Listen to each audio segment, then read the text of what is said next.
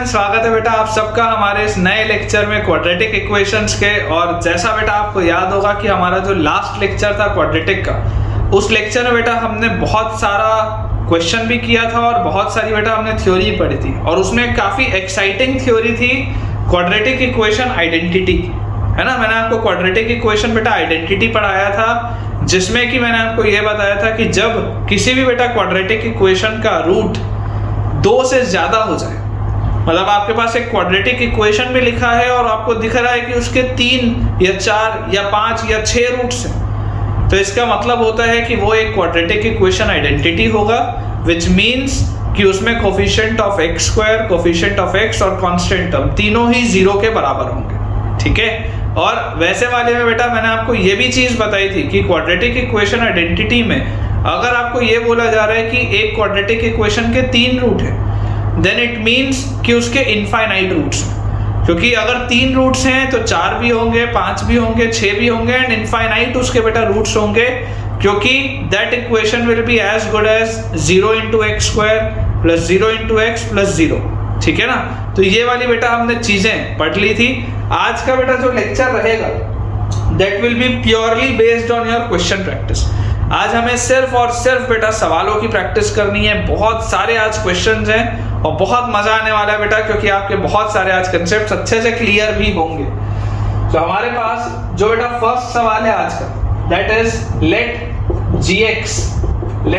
gx be a quadratic polynomial, be a quadratic polynomial, let gx be a quadratic polynomial, ध्यान से देखिएगा बेटा, and a comma b comma c be distinct real numbers, be distinct real numbers, let a comma b and a comma b comma c be distinct real numbers, ठीक है, such that अब देखिएगा बेटा मैं आपके लिए 3 इक्वेशन लिख रहा हूं। 2a square multiplied by g of 0 plus 3a multiplied by g of 1 plus g of 2 is equal to 4a plus 4a square, 2b square multiplied by g of 0 plus 3b multiplied by g of 1 plus g2 is equal to 4b plus 4b square, और last में बेटा 2c square multiplied by g of 0 plus 3c multiplied by g of 1 plus g of 2 is equal to 4c plus 4c square। Question है बेटा find gx, है ना। सवाल ही इतना बड़ा है कि आधा तो बोर्ड ही इसमें भर गया, लेकिन सवाल बेटा हमको बोला जा रहा है कि आप gx फाइंड करिए। काफी बेटा काफी ब्यूटीफुल क्वेश्चन है ये, बहुत ही बढ़िया ये सवाल है। और इसमें आपको बेटा देखो क्वाड्रेटिक इक्वेशन आइडेंटिटी लगानी पड़ेगी, पर कैसे लगाएंगे मैं आपको सिखाता हूँ। आप बेटा देखिए ये तीन बेटा मेरे पास इक्वेशंस लिखे हुए हैं, ये तीनों इक्वेशंस काफी सिमिलर हैं। ये तीनों इक्वेशंस बेटा बहुत सिमिलर हैं और इसमें सिमिलरिटी क्या है कि सिर्फ a, b और c बदल रहे हैं, बाकी सब वही है। पूरी फॉर्मेटिंग बेटा सेम है, पूरी प्रोफाइलिंग सेम है, सिर्फ a, b और c अलग है, बाकी सब वही है। तो क्या मैं इसका ऐसा लिख सकता हूं 2x square multiplied by g of 0 plus 3x multiplied by g of 1 plus g of 2 is equal to 4x plus 4x square।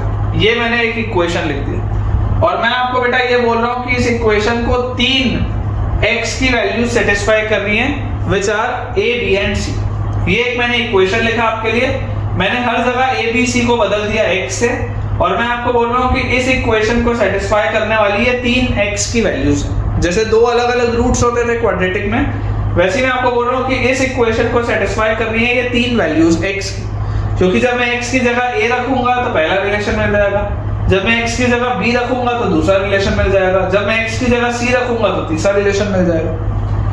यहां से बेटा देखो थोड़ा सा हम इसको रीअरेंज करके लिख रहे हैं, twice of g0 minus 4 multiplied by x square. देखो एक्स स्क्वायर के मैंने टर्म्स एक साथ लिए हैं, तो ट्वाइस ऑफ g0 माइनस 4। अच्छा, उसके बाद x के टर्म्स क्या है, थ्राइस ऑफ g1 और माइनस 4, ये पूरा x के साथ है, प्लस कांस्टेंट टर्म में क्या है g2। इस पूरे की बेटा वैल्यू 0 है, ठीक है, इस पूरे की वैल्यू 0 है। तो जिस तरीके से ABC इसको सेटिस्फाई कर रहे थे, वैसे ही ABC इसको भी सेटिस्फाई करेंगे, एक ही बात है। और इसको देख के बेटा मुझे फील आती है कि यार ये तो एक क्वाड्रेटिक इक्वेशन लिखा है, क्योंकि g ऑफ 0 एक फिक्स कोई वैल्यू होगी, g ऑफ 1 एक फिक्स कोई वैल्यू होगी, g ऑफ 2 एक बेटा फिक्स कोई वैल्यू होगी। तो ये एक क्वाड्रेटिक इक्वेशन लिखा हुआ है, और एक क्वाड्रेटिक इक्वेशन के इसमें आपको कितने रूट्स दिख रहे हैं, 3 रूट्स। एक क्वाड्रेटिक इक्वेशन लिखा और उसके रूट्स दिख रहे हैं 3। तो भला एक क्वाड्रेटिक इक्वेशन के क्या 3 रूट्स हो सकते हैं क्या? तो हो सकते हैं, लेकिन अगर इस क्वाड्रेटिक इक्वेशन के बेटा 3 रूट्स होंगे, इसका मतलब होगा कि x स्क्वायर का कोफिशिएंट 0 होगा, x का कोफिशिएंट भी 0 होगा, और कांस्टेंट टर्म भी 0 होगा। दिस मींस g ऑफ 0 की वैल्यू बेटा सॉल्व करके 2 आ जाएगी यहां से, क्योंकि 2g0 की वैल्यू 4 आएगी, तो g0 की वैल्यू बेटा 2 आएगी। g1 की वैल्यू बेटा आ जाएगी 4/3, और g2 की वैल्यू बेटा आ जाएगी 0। ठीक है, ये बेटा आपके पास वैल्यूज आएंगी। अपन थोड़ा सा बेटा अपना बोर्ड क्लियर करते हैं, अदरवाइज अपन सवाल सॉल्व नहीं कर पाएंगे। तो ये जो इक्वेशन है बेटा, इसको मैं मिटा देता हूं, क्योंकि इस इक्वेशन का अब अपने को यूज नहीं आएगा। ठीक है, हमें बेटा देखो क्या दिया गया, हमें बोला जा रहा है gx एक क्वाड्रेटिक पॉलिनोमियल है। हमें ये बोला जा रहा है that gx is a quadratic polynomial. Imagine करिए अगर मैं बोल दूं कि gx को मान लो px square plus qx plus r। Let us imagine this, एक क्वाड्रेटिक है, वही लिखा हुआ है ना, gx भी एक क्वाड्रेटिक पॉलिनोमियल। ये एक क्वाड्रेटिक पॉलिनोमियल मैंने मान लिया, gx को मैंने मान लिया px square plus qx plus r। अब आप बेटा ध्यान से समझिए, आपको इसमें क्या बोला जा रहा है, g ऑफ 2 की वैल्यू 0 है, g ऑफ 0 की वैल्यू 2 है, g ऑफ 1 की वैल्यू 4/3 है। अगर मैं एक एक करके पुट करूं, देखो g ऑफ 0 क्या आएगा, 0 plus 0 plus r। g of 0 क्या आएगा, 0 प्लस 0 प्लस r। तो g ऑफ 0 अगर आपको बेटा 2 दिया हुआ था, तो यहां से r का वैल्यू तो 2 मिल गया, करेक्ट। अच्छा, इसके बाद g ऑफ 1 का वैल्यू 4/3 है, g ऑफ 1 क्या होगा, g of 1 will be p plus q plus r। g of 1 का वैल्यू है 4/3, तो 4/3 is equal to p plus q plus r क्या है, 2। तो यहां से बेटा मेरे पास p प्लस q का बोलो क्या वैल्यू हो गया, p प्लस q का वैल्यू 4/3 और माइनस 2, और 4/3 माइनस बेटा आप 2 जैसे सॉल्व करेंगे तो 3 2 6, 4 माइनस 6 माइनस 2/3 आएगा बेटा। ठीक है, इसके बाद g ऑफ 2 का वैल्यू 0 है, g ऑफ 2 का बेटा वैल्यू 0 है, तो g ऑफ 2 क्या आएगा, 4p, g ऑफ 2 क्या आएगा, प्लस 2q प्लस r, ये आएगा g ऑफ 2। इसका वैल्यू 0 दिया, तो 0 is equal to 4p plus 2q plus r क्या था, r तो 2 था।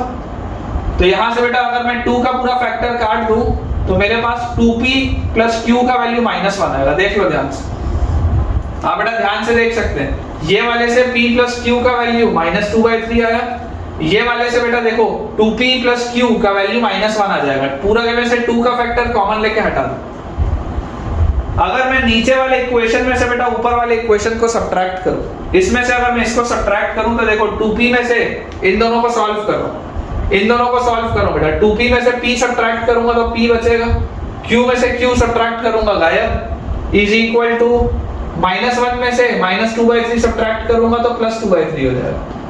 तो p का वैल्यू बेटा आ गया -1/3। देखिए सॉल्व आप करोगे, p का वैल्यू आ जाएगा -1/3। ठीक है, और जैसे बेटा p का वैल्यू -1/3 आया, तो ये अगर -1/3 है, तो बच्चों q भी बोलो क्या होगा, q भी -1/3 हो, q भी -1/3 आ जाएगा। देख लो, जैसे आप p का वैल्यू -1/3 रखेंगे, तो q भी अपने आप -1/3 आ जाएगा। तो ओवरऑल बेटा ये जो आपने gx माना है px square plus qx plus r, ये gx आपको जो निकालना था बेटा, निकालना क्या था, ये gx ही तो निकालना था ना, ये क्वाड्रेटिक पॉलिनोमियल। तो ये क्या आ रहा है, px स्क्वायर मतलब -1/3 x स्क्वायर प्लस qx मतलब -1/3x qx प्लस r क्या है बेटा, r की वैल्यू देखो क्या आई थी, 2 आई थी। तो ये बेटा आपका वो क्वाड्रेटिक पॉलिनोमियल है। This is your quadratic polynomial, -1/3x² -1/3x + 2, ठीक है ना, -1/3x² -1/3x + 2, ये आपका बेटा वो क्वाड्रेटिक पॉलिनोमियल है। और बहुत ही बेटा ये बढ़िया सवाल था, बहुत ही अच्छा सवाल था, क्योंकि इसमें आपने क्वाड्रेटिक इक्वेशन आइडेंटिटी को किस तरीके से अप्लाई किया जाता है आपने वो बेटा इसमें सीखा है। तो बेटा अपन अपना बोर्ड क्लियर कर लेते हैं बहुत जल्दी से, क्योंकि आज बहुत सारे हमको सवालों की प्रैक्टिस करनी है। बहुत मजा आने वाला है बेटा, आज बहुत फन होने वाला है आज के लेक्चर में, क्योंकि मैं गारंटी के साथ बोल सकता हूं कि आपका बेटा कॉन्फिडेंस लेवल क्वाड्रेटिक में इंक्रीज हो जाएगा। आज के लेक्चर के बाद क्वाड्रेटिक में बेटा आपका कॉन्फिडेंस लेवल इंक्रीज हो जाएगा और अपन आराम से पढ़ेंगे बेटा, कोई दिक्कत की बात नहीं है। जहां पर भी आपको डाउट आए आप कमेंट से पूछ सकते हैं। अपन धीरे-धीरे बेटा पढ़ेंगे, आराम से पढ़ेंगे, कोई गड़बड़ी नहीं।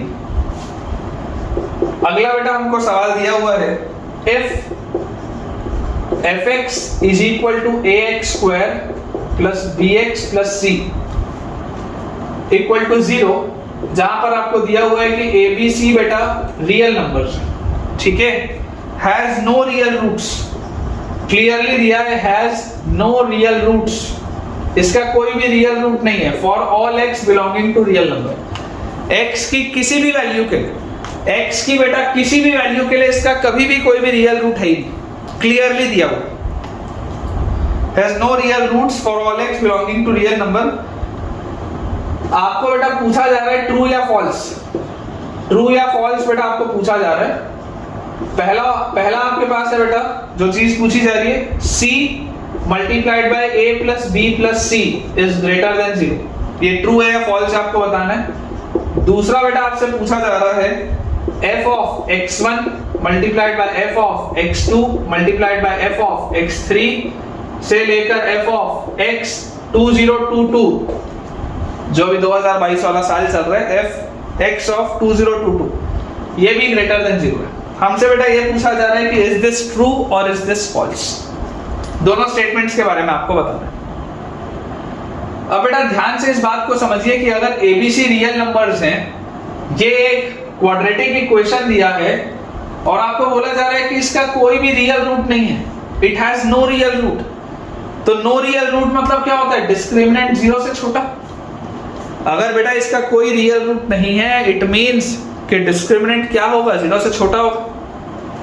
अगर बेटा इसका डिस्क्रिमिनेंट 0 से छोटा होगा तो अपना दिमाग लगाइए, थोड़ा सोचिए कि यार देखो a के बारे में मुझे नहीं दिया हुआ है, a पॉजिटिव है या a नेगेटिव है मेरे को नहीं पता, मतलब कि मेरा ग्राफ ऐसा भी हो सकता है और मेरा ग्राफ ऐसा भी हो सकता है, ये दोनों में से कुछ भी हो सकता है। अगर ये x एक्सिस में बोलता हूं तो मेरा ग्राफ x एक्सिस के ऊपर भी हो सकता है, a पॉजिटिव में, a नेगेटिव में, मेरा ग्राफ x एक्सिस के नीचे भी हो सकता है। मुझे सिर्फ एक बात पता है कि इसका d लेस देन 0 है, तो या तो ग्राफ ऐसा होगा या तो ऐसा होगा, इन दोनों में से कुछ ना कुछ मेरा ग्राफ होगा, दिस इज 100% श्योर। अब पहला बेटा स्टेटमेंट है, first statement, c into a plus b plus c into a plus b plus c। तो बेटा याद करिए पिछले लेक्चर्स में बेटा मैंने आपको ये चीज सिखाई है कि ये जो कांस्टेंट टर्म होता है, ये कांस्टेंट टर्म क्या होता है, this constant term is basically f of 0। याद करो, ये जो कांस्टेंट टर्म होता है, this constant term is basically f of 0, क्योंकि मैं जैसे ही x की जगह 0 रखूंगा तो f ऑफ 0 क्या आएगा, 0 plus 0 plus c, f of 0 की वैल्यू c आ जाएगी, ठीक है ना। इसको आप यहां से इक्वल टू 0 हटा दो, ये आपके पास इक्वेशन है, ठीक है, ये आपके पास क्वाड्रेटिक पॉलिनोमियल था। तो f ऑफ 0 का वैल्यू क्या आ जाएगा बेटा, c आ जाएगा। उसके बाद ये जो मेरे पास बेटा लिखा हुआ है a plus b plus c, ये जो बेटा a plus b plus c लिखा हुआ है ये क्या है, ये भी मैंने आपको बताया था, this is sum of coefficients. Sum of coefficients क्या होता है बेटा, f ऑफ 1, क्योंकि जैसे ही बेटा आप x की जगह 1 रखोगे तो f ऑफ 1 क्या आएगा, a into 1 का square plus b into 1 plus c, तो a plus b plus c आ जाएगा। मतलब कि f ऑफ 0 अगर c है, f ऑफ 1 अगर a plus b plus c है, तो ये जो मेरे पास लिखा हुआ है ये बेसिकली बेटा पहले वाले में मुझसे पूछ रहा है कि f of 0 multiplied by f of 1 positive है या नहीं है, ये मुझसे पूछा जा रहा है। पहले वाले सवाल में मुझसे पूछा जा रहा है f of 0 into f of 1 positive है या नहीं है, ये मेरा सवाल है। तो आप बेटा जरा सोच कर देखिए कि अगर आपका कर्व ऐसा है, अगर आपका ये वाला कर्व है, तो 0 के लिए भी बेटा ग्राफ पॉजिटिव है, 1 के लिए भी ग्राफ पॉजिटिव है। बेसिकली सारी ही वैल्यूज के लिए मेरा ग्राफ क्या है, पॉजिटिव है।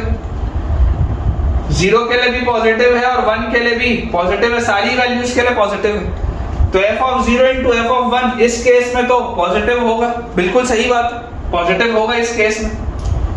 अब अगर बेटा मैं ये वाले की बात करूं, अगर मैं ये वाले ग्राफ की बात करूं इसकी, तो ये वाले बेटा ग्राफ में आप जरा मुझे सोच के बताइएगा, इसको अपन यहां से इस चीज को मिटा देते हैं। आप बेटा मुझे इसको ध्यान से देखिए, देख के बताइएगा।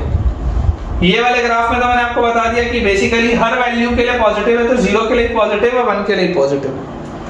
यहां पर आप देख सकते हैं कि सारी ही वैल्यूज के लिए बेटा ये नेगेटिव है, सारी ही बेटा वैल्यूज के लिए ये नेगेटिव है। तो 0 के लिए भी नेगेटिव है और 1 के लिए भी नेगेटिव ही होगा। 0 के लिए भी नेगेटिव है और 1 के लिए भी नेगेटिव होगा, बेसिकली सबके लिए नेगेटिव है। तो अगर 0 के लिए भी नेगेटिव है, 1 के लिए भी नेगेटिव है, तो दो नेगेटिव चीजों को जब आप मल्टीप्लाई करेंगे, दो नेगेटिव चीजों को जब आप मल्टीप्लाई करेंगे, तब भी तो इसका प्रोडक्ट पॉजिटिव ही आएगा। मतलब कि f(0) into f(1) इस केस में भी पॉजिटिव आ रहा है, f(0) into f(1) इस केस में भी पॉजिटिव आ रहा है। इसका मतलब मैं 100% ये बोल सकता हूं कि फर्स्ट स्टेटमेंट जो है that is true, it is a correct statement, क्योंकि जो दोनों बेटा पॉसिबल केसेस थे, दोनों में ही ये चीज पॉजिटिव आ रही। समझने वाली बात क्या है, अकेला कांस्टेंट टर्म होता है f(0) और सम ऑफ कोएफिशिएंट्स होता है f(1). ठीक है, ये हमें बेटा पहचानना आना चाहिए। तो आई होप आपको ये वाला पॉइंट तो क्लियर हो गया होगा कि दोनों ही केस में क्योंकि ये पॉजिटिव आ रहा है, इसलिए ये जो पहला बेटा स्टेटमेंट है दैट इज करेक्ट। अब हम देखते हैं सेकंड स्टेटमेंट। तो अगर ऐसा आपके पास ग्राफ हो, या बेटा अगर आपके पास ये वाला ग्राफ, तो आप जरा सोच के देखिए ये टोटल कितने टर्म्स लिखे हुए हैं। टोटल बेटा ये 2022 टर्म्स है, 1 2 3 4 5 6 ऐसा करके 2022 तक टोटल कितने टर्म्स है, 2022 टर्म्स। और अगर बेटा अगर ये 2022 टोटल नंबर ऑफ टर्म्स मेरे पास लिखे हुए हैं, तो इन 2022 टर्म्स के लिए मैं आपको देखो क्या बोलूंगा, मैं आपको बेटा ये बोलूंगा कि x1 के लिए भी पॉजिटिव, x2 के लिए भी पॉजिटिव, x3 भी पॉजिटिव, x4 भी पॉजिटिव, x5 भी पॉजिटिव, x6 भी पॉजिटिव, x7 भी पॉजिटिव, x8 भी पॉजिटिव, सबके लिए पॉजिटिव है, सबके लिए पॉजिटिव है। तो अगर सबके लिए पॉजिटिव है तो ये भी पॉजिटिव, देखो ये पॉजिटिव, ये भी पॉजिटिव, ये भी पॉजिटिव, ये भी पॉजिटिव, सारे ही अगर पॉजिटिव होंगे तो भैया ओवरऑल प्रोडक्ट तो पॉजिटिव होगा ही होगा। तो ये वाले केस में तो पॉजिटिव होगा ही सारा का सारा प्रोडक्ट, इसमें तो कोई डाउट नहीं। अब हम बात करते हैं सेकंड वाले की, ठीक है ना बेटा, अपन बात करते हैं सेकंड वाले केस की। तो सेकंड वाले केस में आप देख सकते हैं कि सारी ही वैल्यूज के लिए नेगेटिव है, x1 के लिए भी नेगेटिव, x2 के लिए भी नेगेटिव, x3 के लिए भी negative, x4, x5, x6, x7, x8 सबके लिए नेगेटिव। तो अगर बेटा ये सबके लिए ही नेगेटिव है, तो एक नेगेटिव चीज को बेटा अगर मैं odd number of times multiply करता हूं तो ओवरऑल चीज नेगेटिव होती है। लेकिन अगर एक नेगेटिव चीज को बेटा मैं even number of times multiply करूं, कितनी बार मैंने यहां पर मल्टीप्लाई किया है, 2022 बार। ये टोटल नंबर ऑफ टर्म्स कितने हैं, 2022 हैं। तो अगर बेटा मैं किसी इवन नंबर ऑफ टर्म को, सॉरी अगर मैं एक नेगेटिव टर्म को even number of times multiply करूं, 2022 बार मैंने एक नेगेटिव अगर टर्म को मल्टीप्लाई किया, तो आंसर क्या आएगा, पॉजिटिव ही आएगा। आंसर क्या आएगा, पॉजिटिव ही आएगा। एक नेगेटिव टर्म को बेटा जब ऑड नंबर ऑफ टाइम्स हम मल्टीप्लाई करते हैं तब आंसर नेगेटिव होता है, लेकिन एक नेगेटिव टर्म को अगर मैं even number of times multiply करता हूं तो आंसर हमेशा पॉजिटिव होता है। तो अगर ये इतने सारे बेटा नेगेटिव टर्म्स है, 2022 नेगेटिव टर्म्स, और सबको मैंने आपस में मल्टीप्लाई कर दिया, तो overall result will be a positive result. मतलब कि ये भी स्टेटमेंट बेटा ट्रू है, this is also a correct statement. ठीक है, ये भी बेटा ट्रू आएगा और ये वाला भी स्टेटमेंट आपके पास करेक्ट आएगा। तो आई होप बेटा ये वाला पॉइंट आपको ठीक से समझ में आया होगा। ठीक है, अपन बेटा अपना बोर्ड क्लियर करते हैं, अगले सवाल की तरफ आगे बढ़ते हैं। बहुत एक्साइटिंग हो रहा है बेटा ये लेक्चर, मुझे तो यार बहुत मजा आ रहा है। तुमको पढ़ने में मजा आ रहा है या नहीं मुझे जरूर बताना कमेंट्स में। मुझे तो बहुत मजा आ रहा है यार, ये सारी की सारी चीजें आपको अच्छे से क्लियर करना। अगला बेटा जो हमारे पास क्वेश्चन है, नेक्स्ट क्वेश्चन इज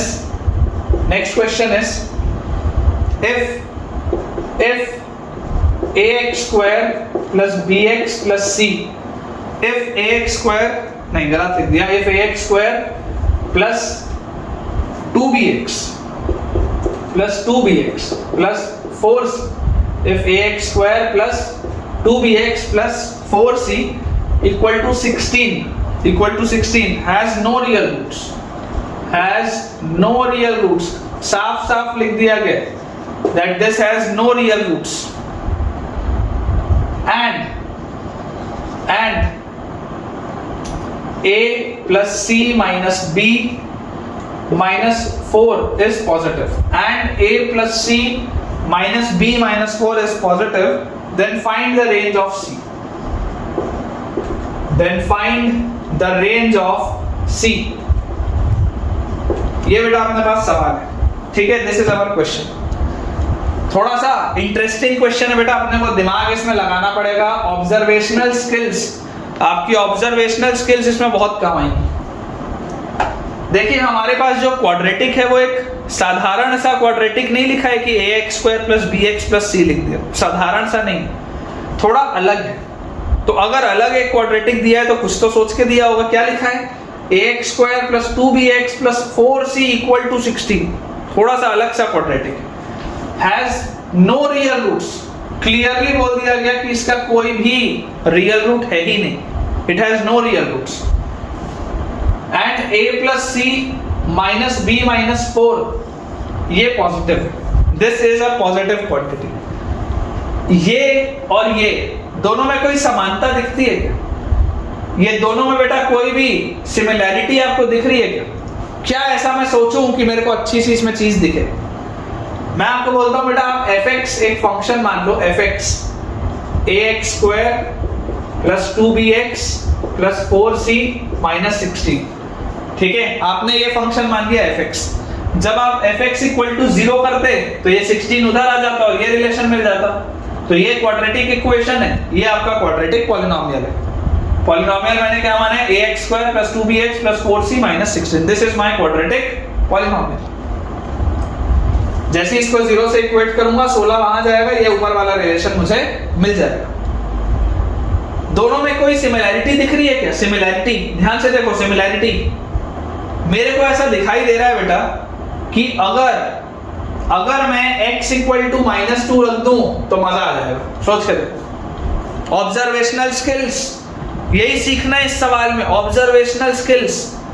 अगर मैं x की जगह -2 रख दूं तो मजा आ जाएगा. क्यों मजा आ जाएगा? देखो -2 रखा, -2 बेटा रखा, f of -2 is equal to -2 रखते ही बोलो क्या आएगा? 4a, -2 रखते ही -4b, -2 रखते ही प्लस 4c माइनस 16. ये आगे पूरे में से अगर मैं 4 बाहर निकाल लूं, अंदर बोलो क्या बचा? a minus b plus c minus 4. यार ये तो यही लिखा है, सेम तो लिखा है, a plus c minus b minus 4, a plus c minus b minus 4. Same चीज लिखी.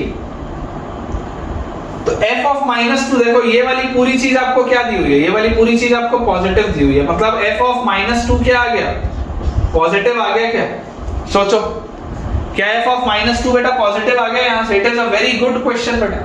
आपके लेवल में अभी अच्छा सवाल है. 1 महीने बाद देखोगे तो बेकार सवाल है. 1 महीने बाद बेकार सवाल है. क्यों? क्योंकि तब तक आप यूज्ड टू हो चुके होगे इससे. लेकिन अभी आपने नया पढ़ा है. It is a good question अभी के लिए. f ऑफ -2 बेटा अगर मुझे पॉजिटिव मिल रहा है, if f of -2 is positive. अब सोचो, आपको दिया गया था कि ये क्वाड्रेटिक पॉलिनोमियल का या इस क्वाड्रेटिक इक्वेशन का कोई भी रियल रूट नहीं है.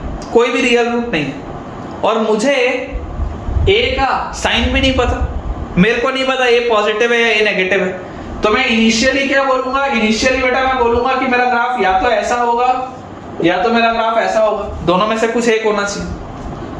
भाई नो रियल रूट मतलब d लेस देन 0 होता है, इसमें कोई डाउट नहीं है. नो रियल रूट मतलब d लेस देन 0 होता है, इसमें कोई डाउट नहीं है. लेकिन क्योंकि मेरे को a का साइन नहीं पता, मेरे को नहीं पता a पॉजिटिव है या a नेगेटिव है, इसलिए ये ग्राफ ऐसा भी हो सकता है और ये ग्राफ ऐसा भी हो सकता है. अपने को तो नहीं पता. लेकिन मुझे क्या दिख रहा है कि पहला वाला ग्राफ x की हर वैल्यू के लिए पॉजिटिव है, दूसरा वाला ग्राफ x की हर वैल्यू के लिए नेगेटिव है. यहां पर मुझे क्या दिख रहा है? f ऑफ -2 क्या है? पॉजिटिव. f ऑफ -2 अगर पॉजिटिव आ रहा है मतलब कि ये वाला ग्राफ होना चाहिए, ये वाला ग्राफ नहीं होना चाहिए, क्योंकि ये तो हर वैल्यू के लिए नेगेटिव था, तो ये तो -2 के लिए भी नेगेटिव होता, लेकिन f ऑफ -2 क्या है, पॉजिटिव है ना। ये वाला कंडीशन इसलिए तो दिया है। f ऑफ -2 पॉजिटिव मतलब ये वाला ग्राफ होगा, क्योंकि ये हर वैल्यू के लिए पॉजिटिव है। ये तो हर के लिए नेगेटिव था, तो ये तो -2 के लिए भी नेगेटिव होता, इसलिए बेटा ये नहीं है और ये सही है ग्राफ। ठीक है, अब अगर बेटा ये वाला मेरे पास ग्राफ सही है, इसका मतलब ऑल्दो मुझसे पूछा नहीं गया है, लेकिन मैं ये बात बोल सकता हूँ कि a will be greater than 0। हो सकता है किसी क्वेश्चन में आ जाता, अभी नहीं पूछा गया, लेकिन हो सकता है किसी सवाल में आ जाता, तो a पॉजिटिव होगा, ये बात 100% श्योर है। ठीक है कि a पॉजिटिव होगा, this will be the graph. मुझसे बोला जा रहा है find the range of c का रेंज बताओ, सवाल है c का रेंज बताओ। तो यार मैं आपको ये बोलूंगा कि अगर ये मेरा क्वाड्रेटिक था और अगर मुझे c का रेंज बताना है, तो अगर f ऑफ -2 पॉजिटिव है तो यार f ऑफ 0 भी तो पॉजिटिव होना चाहिए। सोचो, कांस्टेंट टर्म c कहां पर है, c लाए कर रहा है कांस्टेंट टर्म में, याद करो ax² + bx + c में c कांस्टेंट टर्म होता था, ax² + bx + c में c कांस्टेंट टर्म होता था, और कांस्टेंट टर्म को सोचता था मैं f ऑफ 0 से। याद करो मैंने बोला था f ऑफ 0 मतलब c होता है कांस्टेंट टर्म, तो यहां पर भी c आ तो रहा है कांस्टेंट टर्म में, जरूर पूरा का पूरा ये कांस्टेंट टर्म क्या है 4c - 16, this is your constant term, लेकिन c किस में आ रहा है, इसी कांस्टेंट टर्म में तो आ रहा है। तो कांस्टेंट टर्म सोचने के लिए मैं क्या बोलूंगा, f ऑफ 0। कांस्टेंट टर्म सोचने के लिए I will be saying f of 0। तो f ऑफ 0 बेटा क्या होगा, अगर ये x की हर वैल्यू के लिए पॉजिटिव है, अगर ये x की हर वैल्यू के लिए पॉजिटिव है, -2 के लिए पॉजिटिव था, सब वैल्यूज के लिए पॉजिटिव है, तो 0 के लिए भी तो पॉजिटिव होगा।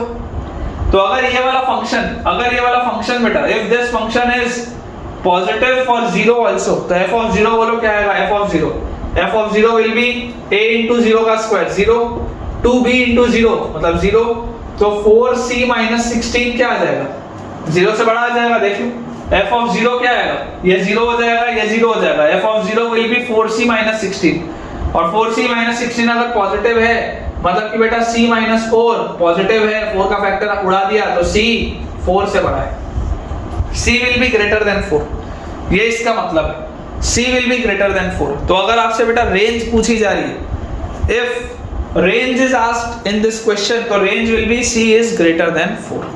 ठीक है ना, c बेटा जो होगा वो 4 से बड़ा होगा, यही उसका रेंज है।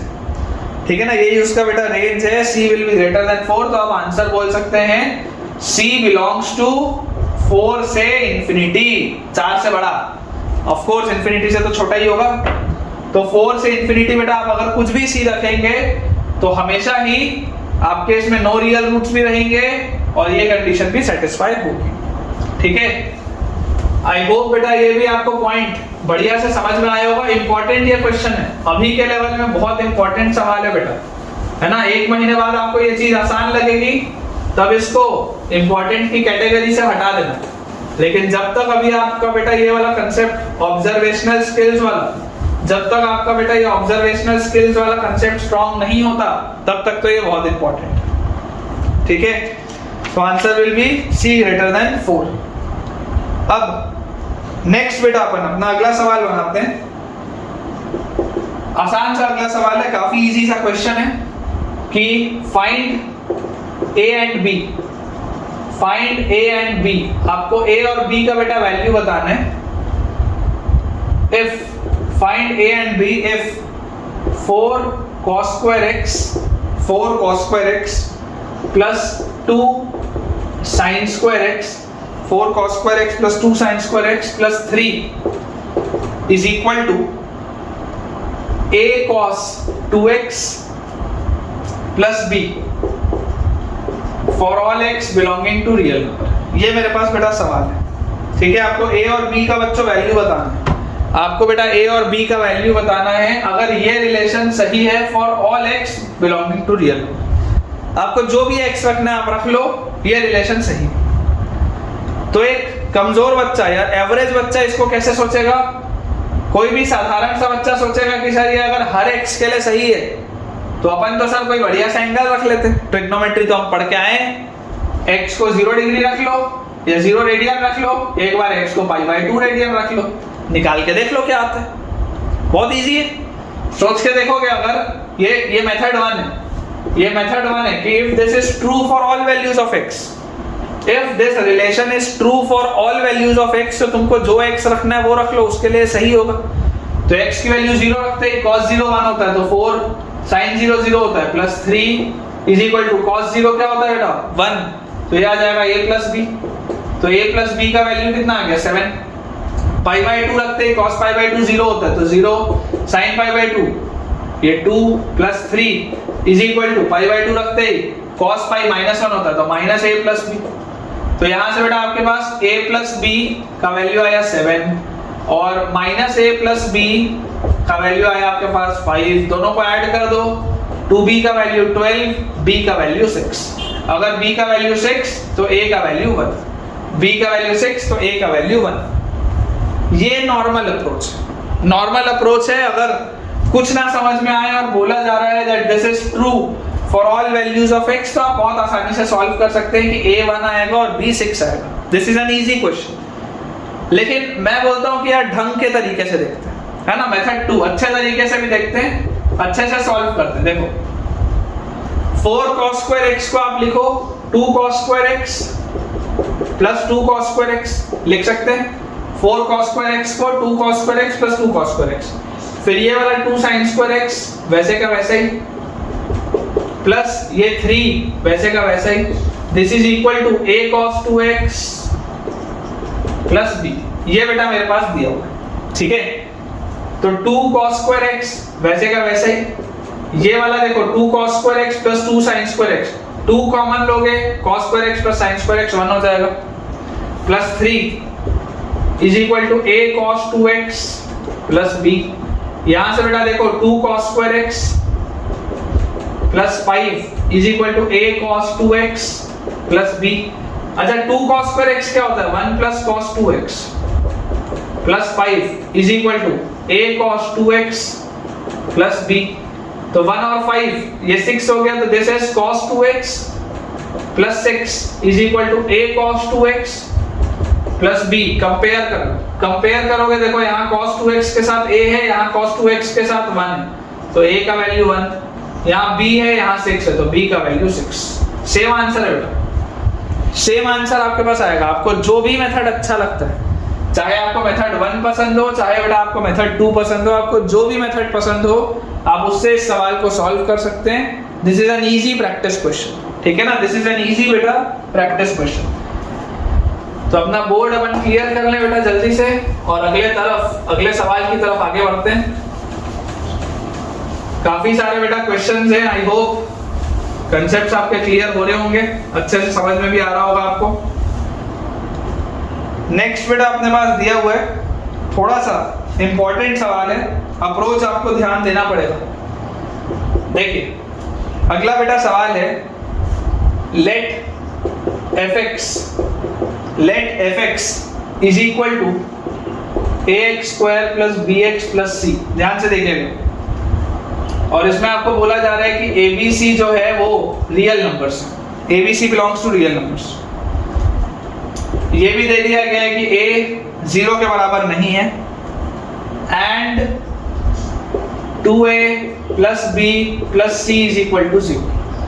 एंड बेटा आपको दे दिया गया है 2a plus b plus c will be equal to 0। Then fx equal to 0 must have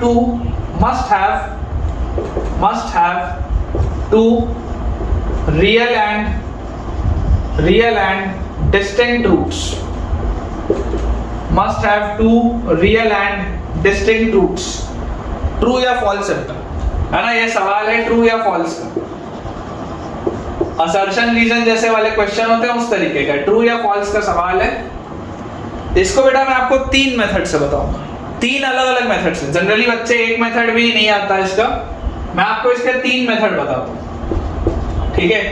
आपको देखो क्या बोला जा रहा है कि आपके पास एक क्वाड्रेटिक इक्वेशन है fx is equal to ax square plus bx plus c, जहां पर बेटा आपको बोला जा रहा है कि एबीसी जो है वो रियल नंबर्स हैं और ए जो है वो 0 के बराबर नहीं है, तो मतलब ये हमेशा क्वाड्रेटिक होगा ही।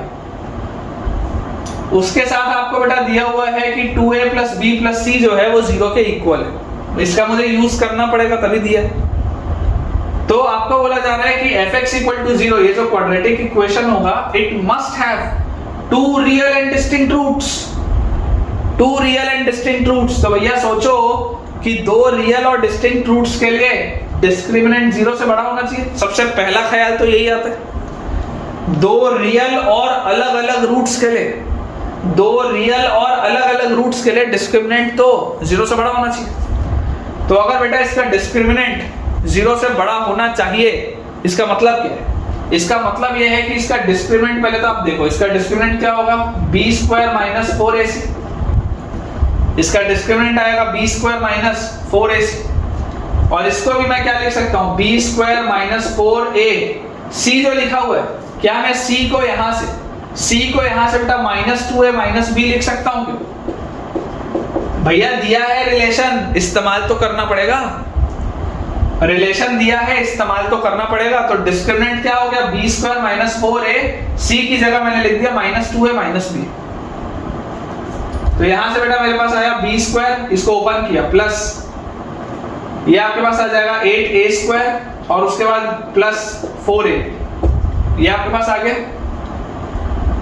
तो यहां से बेटा देखो इसको मैं क्या लिख रहा हूं, b² + 4a² + 4a² + 4ab।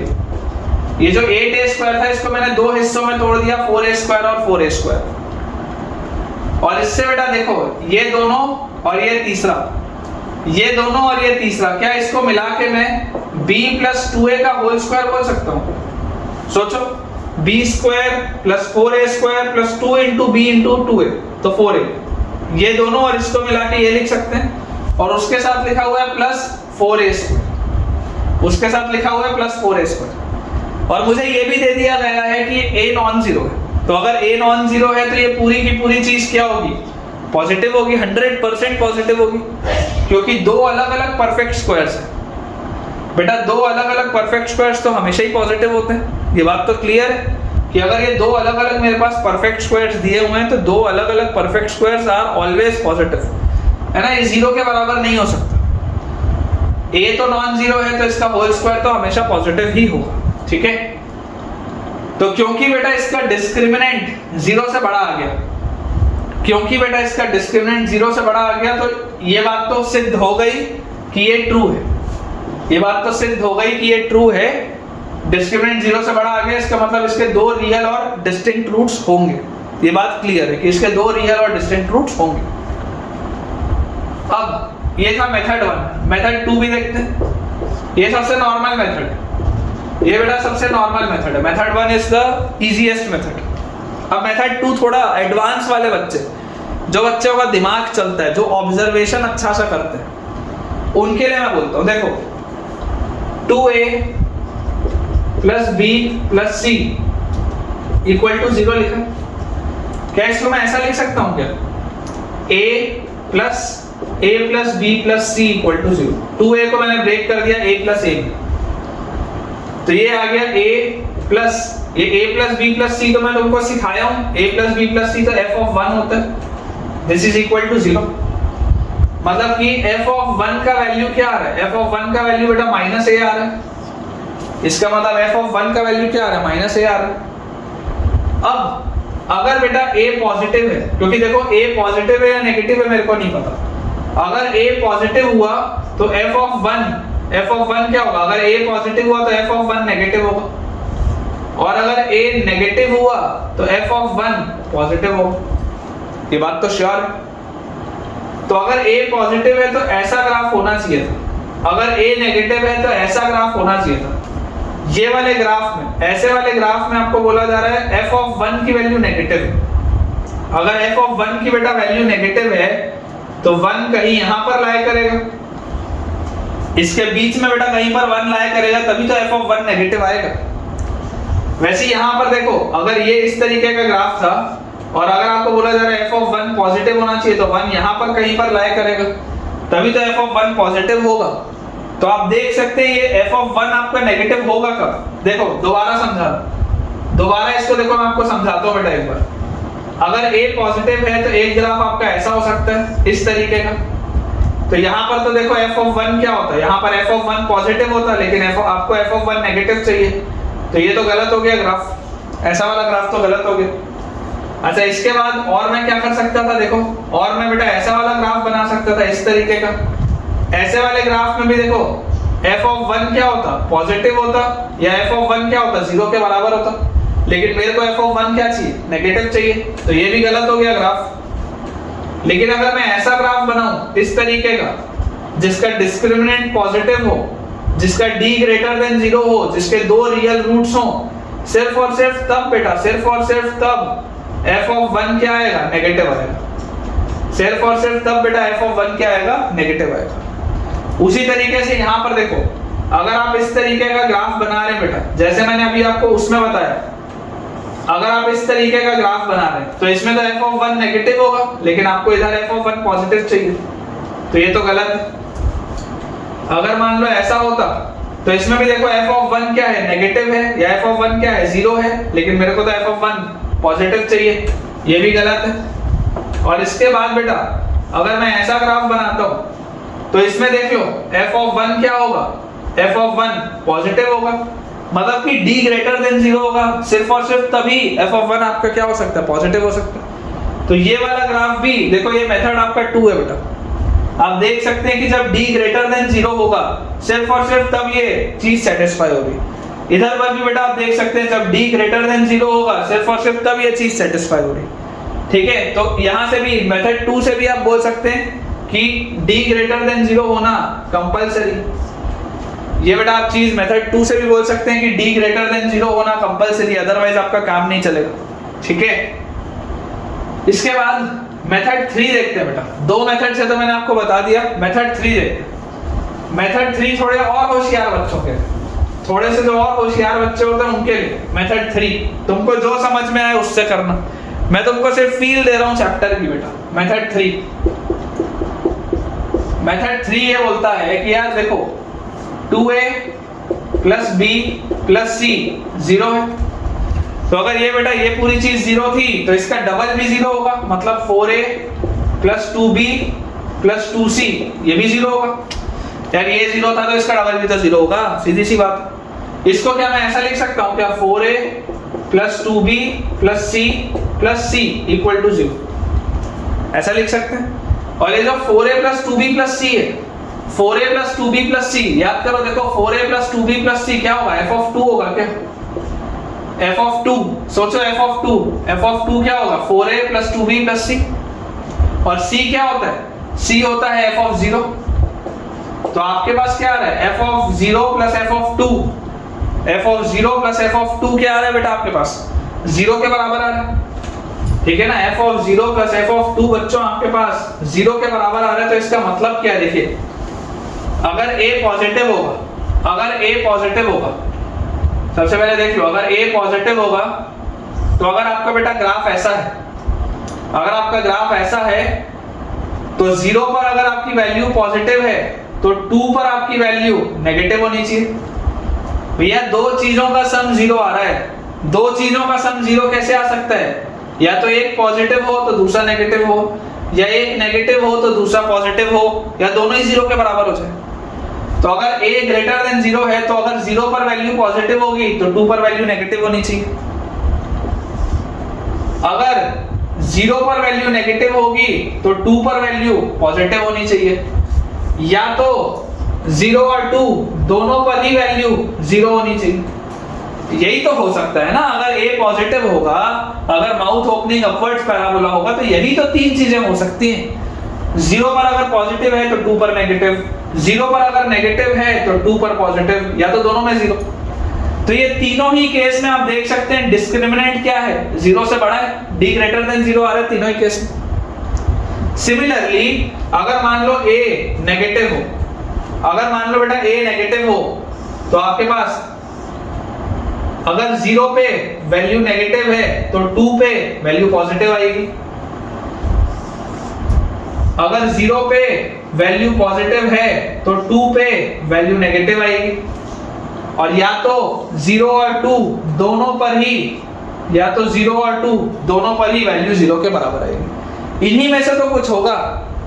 देखो मैं बेटा बहुत सारे आपको ग्राफ खींच के दिखा रहा हूं। जरूर आपको इनिशियली अभी थोड़ा सा डिफिकल्ट लग रहा होगा सोच पाना, कॉम्प्रिहेंड कर पाना, लेकिन आप लिखते चलें, वीडियोस को 2 बार 3 बार 4 बार ढंग से देखें और एनालाइज करें। इस काफी सारी बेटा चीजें आसान है। पर्पस बेटा सिर्फ ये है कि मैं आपको इतनी वैरायटी इसमें दिखाना चाहता हूँ क्वाड्रेटिक में, ताकि आपको आगे किसी भी चैप्टर में तकलीफ ना आए।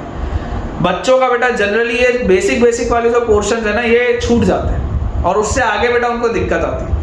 अगर आपको ये सारी चीजें आती होंगी ना, तो आपका अलजेब्रा में बेटा कभी भी कोई भी सवाल गलत नहीं होगा। ठीक है, तो ये बेटा अगर आप इसका ग्राफ देखेंगे तो अगर A पॉजिटिव है तो ये 3 आपके केस हो सकते हैं, अगर A नेगेटिव है तो ये आपके पास 3 केस हो सकते हैं। सारे ही केसेस में बेटा ये बात मुझे 100% श्योरली दिखाई दे रही है कि यार D तो ग्रेटर देन 0 होगा, और अगर D ग्रेटर देन 0 होगा इसका मतलब इसके 2 रियल और डिस्टिंक्ट रूट्स होंगे।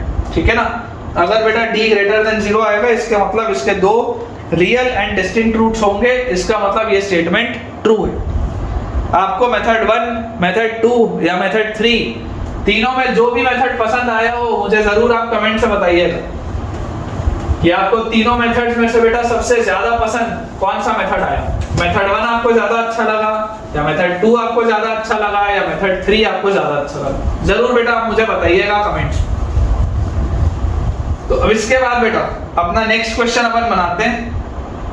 नेक्स्ट वाला बेटा जो अपने पास सवाल है उसमें आपको दिया हुआ है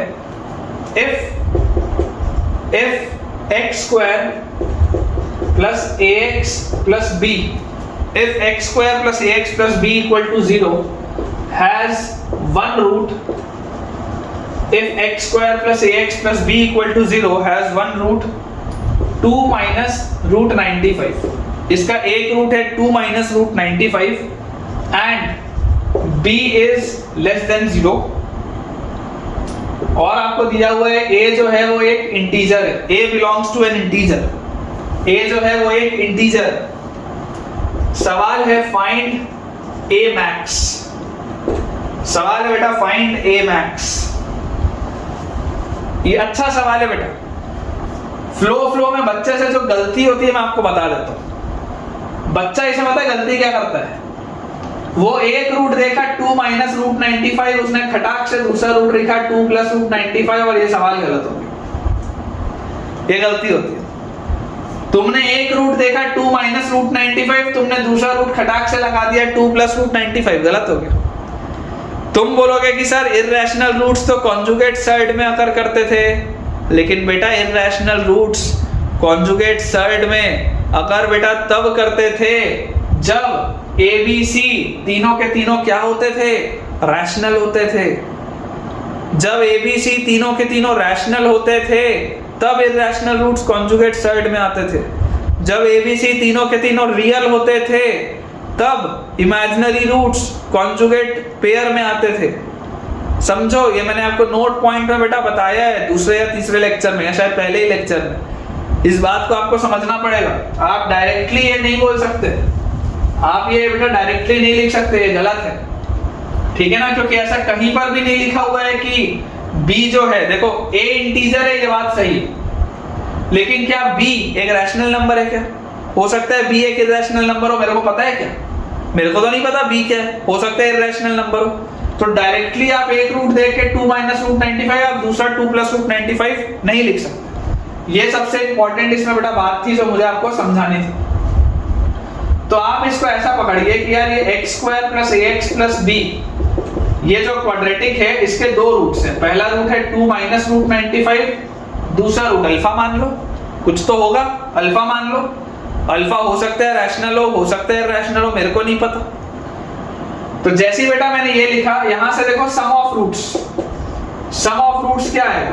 ये दोनों रूट्स का sum, this will be minus a, this will be minus a by 1, मतलब माइनस ए, ये आ गया सम ऑफ रूट्स।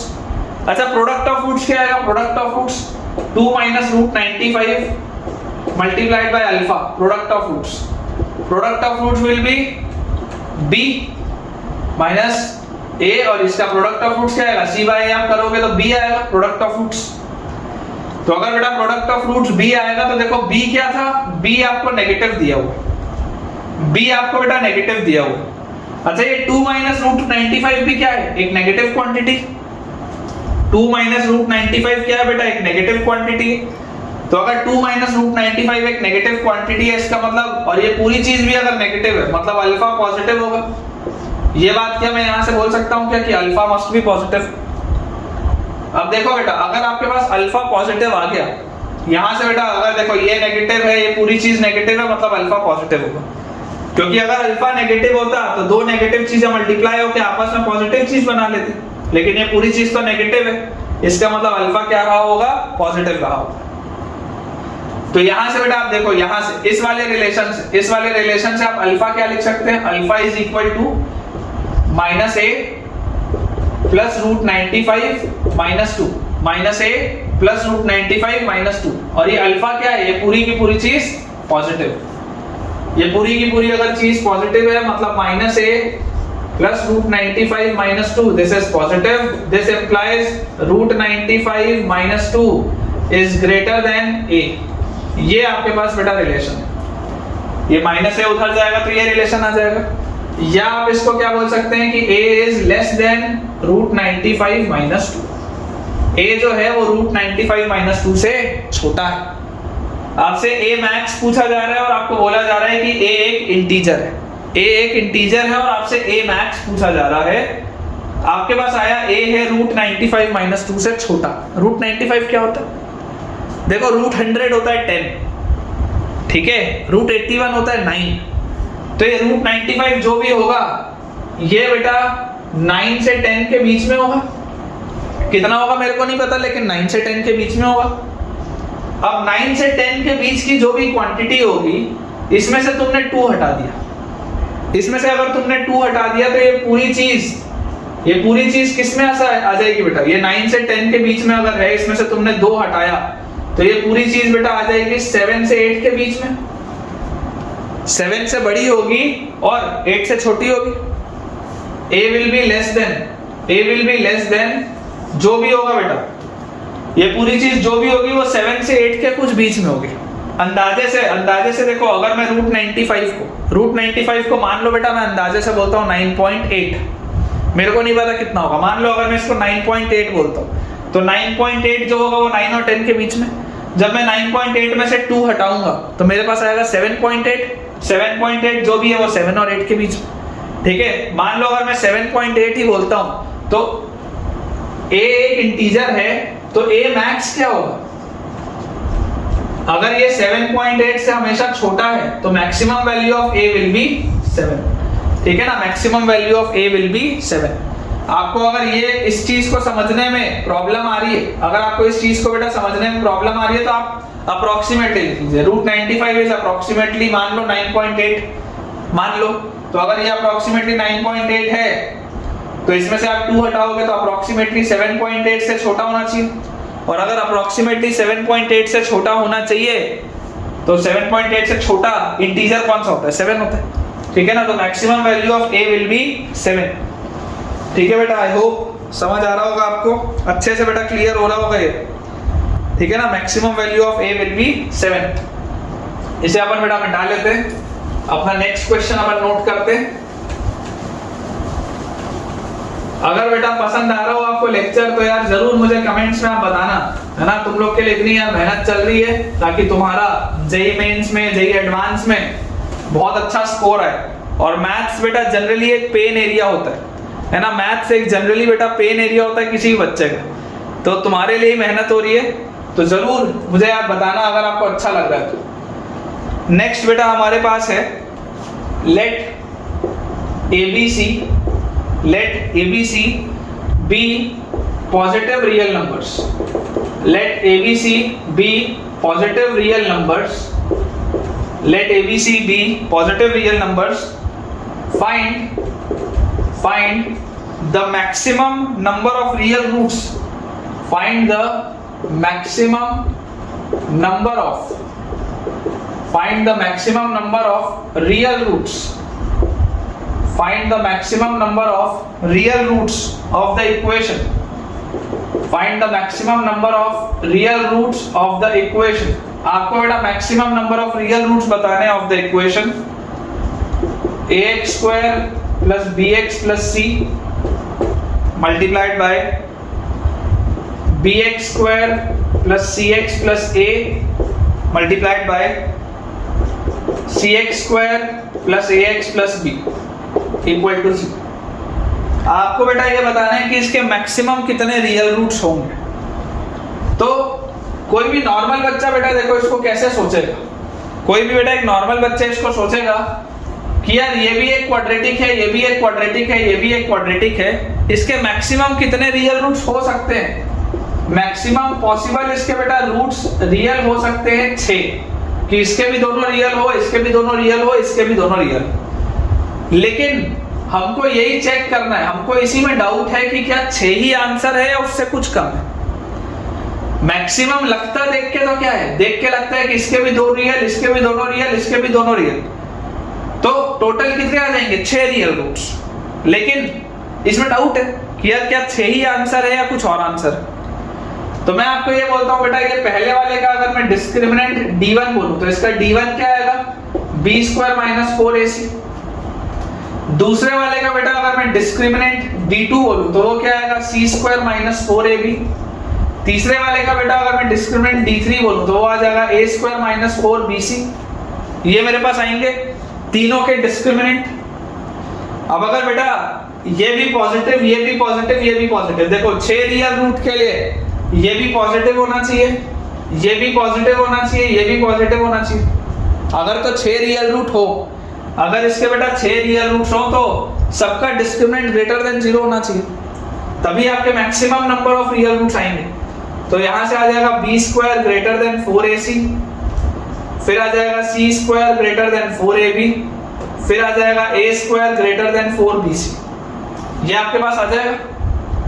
इमेजिन करो मैं इन तीनों को अगर मल्टीप्लाई करूं, तीनों को बेटा अगर मैं मल्टीप्लाई करूं तो a square b square c square greater than आ जाएगा 64 a square b square c square. ध्यान से देखो, a square b square c square is greater than 64 a square b square c square. मतलब यहां से तो ये आ गया 1 इज ग्रेटर देन 64। क्या ये पॉसिबल है क्या? Is it possible? It is not possible. 6 के 6 रियल रूट्स होना इज नॉट पॉसिबल। तो यार ये तो नॉट पॉसिबल हो गया। अब क्या करें? ये तो नॉट पॉसिबल हो गया, अब क्या करें? तो अब बेटा मैं आपको बोलता हूं कि थोड़ा दिमाग लगाते हैं, थोड़ा सा दिमाग लगाते हैं। देखो डिस्क्रिमिनेंट तो हमने सही लिखा हुआ है, ये डिस्क्रिमिनेंट इसका b स्क्वायर माइनस 4ac है, इसका c स्क्वायर माइनस 4ab है, इसका a स्क्वायर माइनस 4bc।